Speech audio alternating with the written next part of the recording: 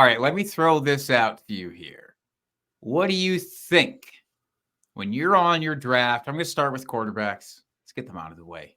All right, when you're on the clock and you're sitting here looking at Justin Fields going as quarterback 7 right now, 46 overall, versus Trevor Lance as the quarterback 8, who is 55 overall, almost a full round discrepancy there.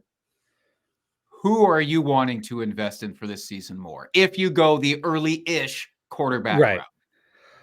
I would probably go Justin Fields here, considering only it's a round difference. If it was more than that, I might think about it.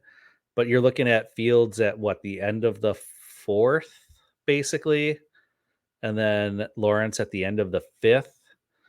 So, yeah, give me Fields. I think he has the upside where things break the right way. He could be a top 3 quarterback in the league. I mean, part of me wants to be like, he could finish as QB1. Well, anybody could in any given season. But with his rushing upside, I like what I've seen this preseason so far with his connection with DJ Moore. That seems to be like a real blossoming good chemistry there on that team. Well, I love T-Law and I love me some Jags offense. Don't get me wrong. Trevor Lawrence doesn't have that rushing upside. So to make that up, to be in that Patrick Mahomes level area where you're doing it all through the air, you have to throw for a shit ton of touchdowns, no interceptions, be hyper efficient. And I just don't know if T-Law is there yet and what this offense is going to look like with Calvin Ridley there, if they're going to be that explosive. I just don't know. So in this instance, give me Fields. Yeah, it's really a matter of, do you like the rushing potential more than the offense upgrade? Because I would take the Jaguars offense 10 times out of 10 over the Bears offense this year in general. And but so the I rushing think the is such a scoring cheat opportunities would be there. Oh, it absolutely is. Now, I mean, we saw what Fields did the second half of the season last year when he started taking off and running. Like, I mean, he was winning you weeks every single week. I don't know that T-Law can do that. Like that's what that rushing upside does. Like, it can win you weeks.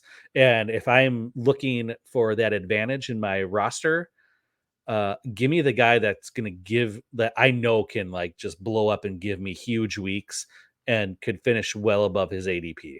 Because I feel like Fields could finish well above his ADP this year. Oh yeah, again, QB1 overall upside for sure. I don't expect him to repeat the rushing from last season for what it's worth. Like, I think that's a massive ask for him to do. Can he cross 1,000 yards rushing again? I don't think that they should expect him to by adding DJ Moore. That's kind of almost the conundrum is you add this great wide receiver, you're going to use him, so your passing better go up. And it should. It's the lowest ask possible to have his passing yards go up from last season when they were almost non-existent. But to that point, like, Trevor Lawrence isn't going to get close to that ever. He's a Russell Wilson type of runner where, for 400 yards in a season, sure. Yeah. I can see that, but that's it. Yeah, exactly. And I think, I forget which podcast I was listening to. So my apologies to whatever podcast I happen to be sliding here.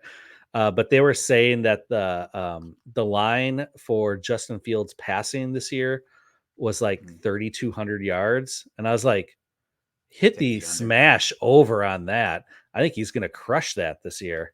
Wait, for Justin Fields, 3,200 yards? Yeah. I'm taking the under on that every single time. For real. His passing stats from last season. That was last season. He had nothing there. I feel like he's gonna just. I feel like it's gonna be a great season. So anyway, do you want to make a beer bet on it? Yes, I was just about to ask. So his passing stats from last season: 2,242 yards. All right, you're talking about a 30-some% increase in passing yards to get to 32. Yeah. I don't know math very well. Something like that, right? 3,200. That's. Let's do a clean over-under at 3,200 then. That's the line, so I think that's the one we should bet. Let's do it. I'll throw it in. Let's do it. Nice. Love it.